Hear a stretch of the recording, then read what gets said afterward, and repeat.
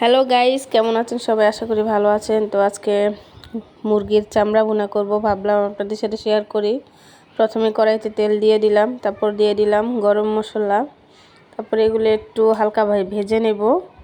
তারপর পেঁয়াজটা দিয়ে দেব। পেঁয়াজটা আসলে একটু ভালো করে ব্রাউন কালার করে নিতে হবে। একটু ভাজা ভাজা হলে কি হয়, আপনার ঝোলটা একটু গাঢ় হয়। তারপর চলে আসলাম একটু মশলা গুলিয়ে রাখতে। আসলে মশলাটা গুলিয়ে রাখলে হয় কি, ওই যে বাটা মশলাগুলা, যে মশলাগুলো আমরা বাটি ওই মশলা গ্রান করে আর কি। তো যার জন্য আমি এভাবেই আসলে মশলাগুলো পানি দিয়ে একটু গুলিয়ে রাখি। আমার কাছে ভালো লাগে, কালারটাও অনেক সুন্দর আসে। তো এই তো পেঁয়াজগুলো ভাজা হয়ে গেছে অলরেডি। তো আদা রসুন দিয়ে দিব। দেওয়ার পরে পেঁয়াজটা ভালো করে লাড়াছাড়া দিয়ে মশলা দিয়ে দিব। আমার যে গোলা মশলা ওগুলো দিয়ে দিয়েছি। তারপর দিয়ে দিব সেই বিখ্যাত মুরগির চামড়া আর কি।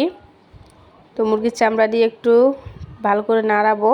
তারপর দিয়ে দিব, আমি মাঝখান দিয়ে আবার একটু কলিজা, হালকা কলিজা ছিল, তো ওগুলো আসলে সিদ্ধ করে রাখছি, সরি, যার জন্য কলিজাগুলো দেখাতে পারলাম না। তো এই তো কলিজাগুলো দিয়ে দিলাম।